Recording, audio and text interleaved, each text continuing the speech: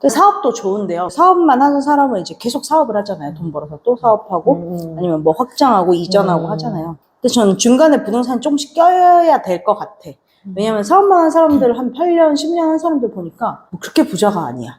그러니까 조금 벌어서 부동산 투자하고 거기서 좀 참고 또 돈 모아서 그 다음 매장 나가고 이렇게 해야 되는데 매장만 나가다 보니까 담보가 없어. 그러니까 그 사람들 전혀 돈을 벌어도 사업장이 자기 자산이라고 했을 때 그 늘어나지가 않아. 그 레버리지 할 수 있는 게. 왜냐면 내가 김치찌개 장사하는데 김치찌개를 담보로 받아주는 은행 없잖아. 그렇죠. 집이 있어야 된단 말이야. 그러니까 해서 뭐 단돈 뭐 갭 3천이라도 진짜 뭐 이상한 데라도 이상한 아파트, 오래된 아파트라도 하나 해놓으면 어쨌든 그건 담보잖아. 그쵸. 그게 뭐 예를 들어서 3천이 올랐을 때 은행에서 나한테 1,000을 주잖아. 아니면 세입자가 나한테 1,000, 2,000을 주던. 그쵸. 응? 그때처럼 전세가 많이 올라가는 시기면 3천, 4천이 돌아오잖아요. 그걸로 또 사업을 하고 해야 되는데 그런 사업 같은 경우에는 계속 시스템이 바뀌고 막 계속 들어가는 돈도 많고 막 이러다 보니까 자리 잡기가 엄청 힘들어. 거기서 좀 내놓으라 하는 사람도 돈이 없는 경우도 많은 것 같고 그러다 보니까 또 욕심내서 그런 프랜차이즈를 하는 것 같고 프랜차이즈 한 번 하는데 돈 1,2억은 우습게 깨지잖아요. 맞아요. 좀 또 양심적으로 한다 해도 또 여러 가지 문제들이 있어요, 사실. 그거는 진짜 부동산 투자 우리가 하는 거에 비하면 사실 푼돈이야, 푼돈.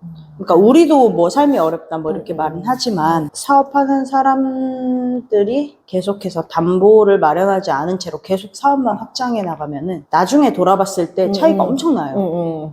그거 진짜 맞는 말인 것 같아요. 사업자들은 신용대출도 잘 안 되잖아요. 그러니까 자기가 아무리 자기 매장이나 사업체를 매출을 많이 끌어올린다고 해도 레버리지가 안 되는 거지. 그 정도 하고 그 정도 벌면 레버리지를 일으켜야 되는데 보통 사업자들은 그러면 또 리스한다고 차 사거든. 그쵸. 악순환이야 보면은. 근데 막 그거 모르고 막 자기 차 좋다고 막 하는 거 보면은 약간 좀 안타깝다 그래야 되나? 약간 그 부동산의 담보의 그런 맛을 잘 몰라서 나도 뭐 잘은 모르는데 나도 뭐 좋은 거 알지. 가져본 적이 없어. 부동산 먼저 시작했으니까 잘 알지. 아니 좋은 걸 안 가져봤잖아. 그러니까, 에이. 그러니까 아까 뭐 조그만 구축 괜찮다고 했잖아요. 안 괜찮아. 예를 들면 최소한이야. 그건 최소한. 그래서 보면 좀 그런 거가 좀 안타까운 것 같아. 왜냐면 직장인하고 사업자랑 완전 생각이 다르듯이 그 사람들은 완전 생각이 다르거든 또. 그치. 근데 그렇게 또 할 수밖에 없는 마음도 이해를 하고 알겠는데 결국에 5년, 7년, 10년 지나고 보면은 또 안타까운 상황이 오지. 왜냐면 부동산 상승기가 못해도 7년에 한 번, 빠르면 5년에 한 번은 오는데 어렵거든요, 사업이. 또 몸으로 또 많이 부딪혀야 되는 부분도 있고. 근데 사업을 처음에 하면 프랜차이즈로 보통 아무래도 안정적이니까 그렇게 하려고 하고 하는 사람이 많죠.